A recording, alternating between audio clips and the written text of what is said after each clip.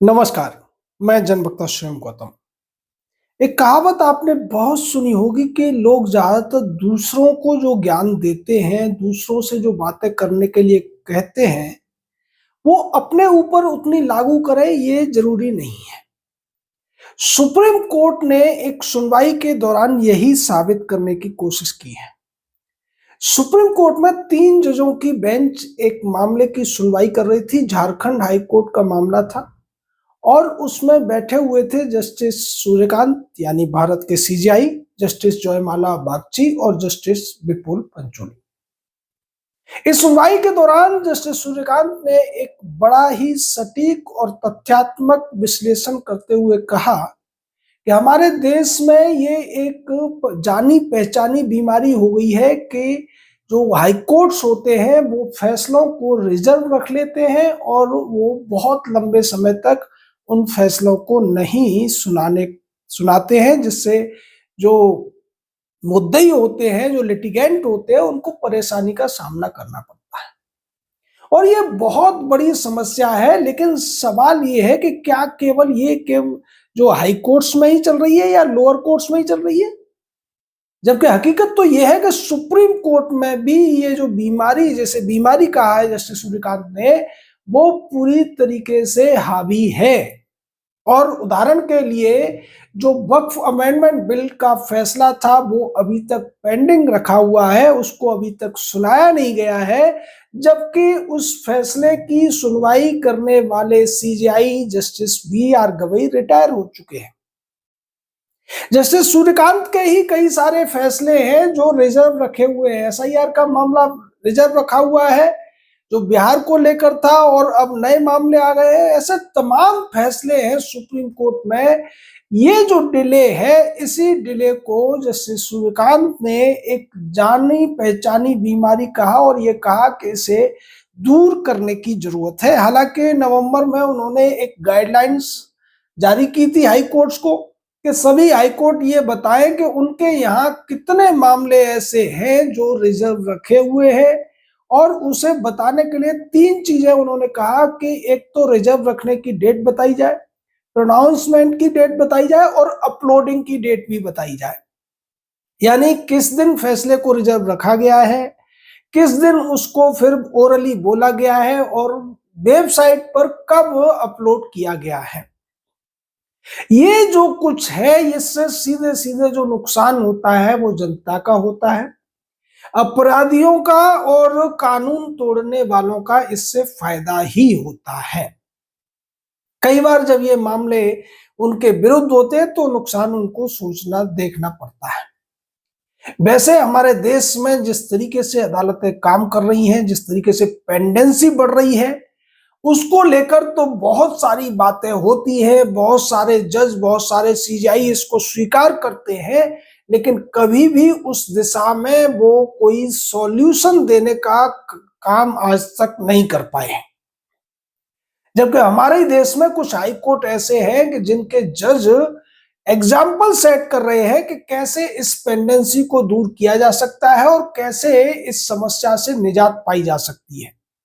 जैसे सूर्यकांत ने यह भी कहा कि बहुत से ऐसे मेहनती जज होते हैं जो एक दिन में कई सारे मामलों को सुनते हैं और उनके फैसलों को रिजर्व रखते हैं, तो ये कोई गलत चीज नहीं है। लेकिन दूसरे तरीके के जो जज होते हैं उनका इशारा उन जजों की तरफ है जो सुनवाई ही कम करते हैं और उसके बावजूद फैसलों को रिजर्व रख के छोड़ देते हैं। अब इस पूरी जो प्रक्रिया है, इस पर तमाम तरीके के आरोप लगते हैं कि जज ऐसा इसलिए करते हैं कि वो पार्टियों के साथ नेगोशिएशन कर रहे होते हैं या उनकी तरफ से कुछ वकील नेगोशिएशन कर रहे होते हैं। हालांकि इसका जिक्र सुप्रीम कोर्ट में नहीं किया गया है।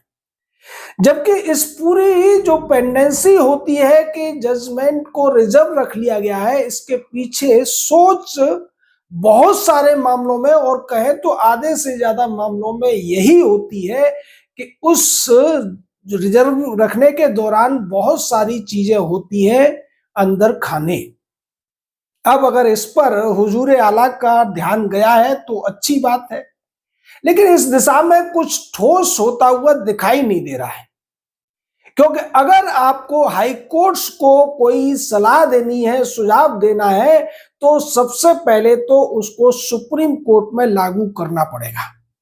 सुप्रीम कोर्ट में कितने सारे ऐसे फैसले हैं जिनके जो निर्णय हैं वो पेंडिंग रखे गए हैं, वो रिजर्व रखे गए हैं, उनको सुनाया नहीं गया है। इसके पीछे कई सारी वजह होती हैं, जैसे कि कई मामलों में बहुत सारे दस्तावेज पेश किए जाते हैं, बहुत सारी हियरिंग होती हैं, तो उन मामलों में जो पेंडेंसी इस वजह से होती है कि उन सारी चीजों को फैसलों में लिखे जाने में टाइम लगता है।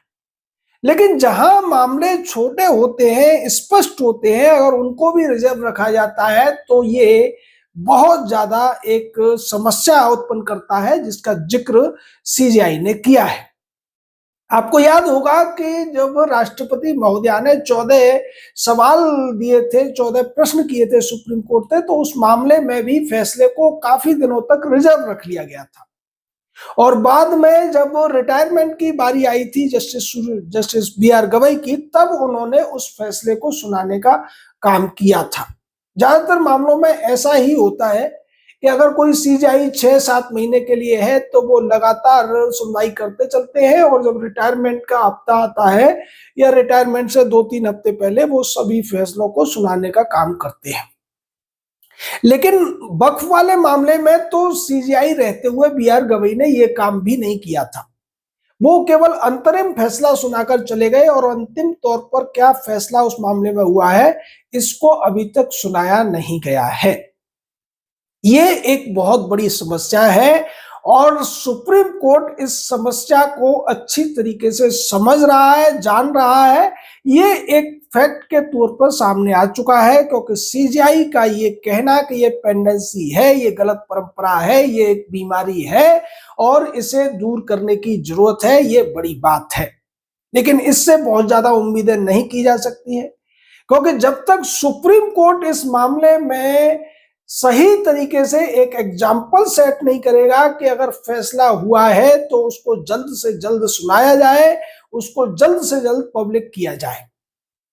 फैसला लिखे जाने में देर हो रही है तो आप उसको पहले सुना दीजिए, और उसके बाद उसको बाद में लिखा जा सकता है, क्योंकि जो कुछ भी निर्णय हुआ है वो तो सुनाया ही जा सकता है। लेकिन ये जो परंपरा है, इसकी वजह से लोगों को कितना कष्ट भोगना पड़ता है, इस दर्द को जज भी जानते हैं, लेकिन उसके बावजूद वो अपनी आदतों को छोड़ नहीं रहे हैं। और दूसरी बात यह है कि सुप्रीम कोर्ट किसी हाई कोर्ट को आदेश नहीं दे सकता है। संविधान के अनुसार सुप्रीम कोर्ट और हाई कोर्ट के जज एक दूसरे के सबऑर्डिनेट नहीं होते हैं, वो केवल सुझाव दे सकता है। यहाँ इस सुप्रीम कोर्ट के जजों को और हाई कोर्ट के जजों को मद्रास हाई कोर्ट के जजों से सीखने की जरूरत है, किस तरीके से जस्टिस जी.आर. स्वामीनाथन एक रिकॉर्ड बनाए हुए हैं कि पिछले 8 साल में उन्होंने 1.25 लाख से ज्यादा केसेस को निपटारा किया है। उनसे सीखने की जरूरत है कि किस तरीके से जनता के केसेस को निपटाया जा सकता है, जनता को राहत दी जा सकती है। क्योंकि जब तक केस पेंडिंग पड़ा रहता है तब तक ये प्रक्रिया बहुत लंबी खिंचती है, और चूंकि हमारे देश में जजों की भी कमी है, वकीलों की बहुत आयात है, और वकील कभी भी मामले को जल्दी निपटारा नहीं करना चाहते हैं। ये जो रिजर्व वाला मामला है, इसके पीछे भी वकील ही हैं। वकील ही मामले को लटकाने की कोशिश करते हैं, पहले तारीख पे तारीख मांगते रहते हैं, एडजॉर्नमेंट मांगते रहते हैं, और उसके बाद अगर फैसला भी होता है तो उसको भी लटकाने का काम करते हैं, क्योंकि इस दौरान बहुत सारी चीजें वो करते हैं। और अब इस समस्या को अगर सीजीआई स्वीकार कर रहे हैं तो उम्मीद की जा सकती है कि इसमें कुछ सुधार होता हुआ नजर आएगा। साथ ही साथ सीजीआई को जो बेल वाला मामला है उस पर भी गौर करने की जरूरत है। एक बार किसी व्यक्ति को बेल मिल जाती है और वो उस बेल पर अनंत काल तक मौज करता रहता है। पेंडेंसी का भी मामला ऐसा ही है। कुछ मामलों में जब बेल देनी होती है तो सुप्रीम कोर्ट या हाई कोर्ट कितनी तेजी दिखाते हैं, लगातार सुनवाई करते हैं, पुराने पेंडिंग मामलों को साइड में रख देते हैं। जैसा कि केजरीवाल के मामले में लगातार 6 महीने तक होता रहा था। राहुल गांधी टाइप के लोगों के मामले में ऐसा होता है, और जब उनको राहत दे दी जाती है तो उसके बाद उन फैसलों को, उन मामलों को ठंडे बस्ते में डाल दिया जाता है। राहुल गांधी का जो सजा वाला मामला है वो भी इसी तरीके से है। Justice B R. गवई की बेंच ने उसको सुनवाई करते हुए जितनी तत्परता उस मामले में सजा को निलंबित करने में दिखाई थी, अब उस मामले पर कोई भी बात करता हुआ नजर नहीं आ रहा है। बी.आर. गवई रिटायर हो चुके हैं, सीजेआई बन चुके हैं जस्टिस सूर्यकांत।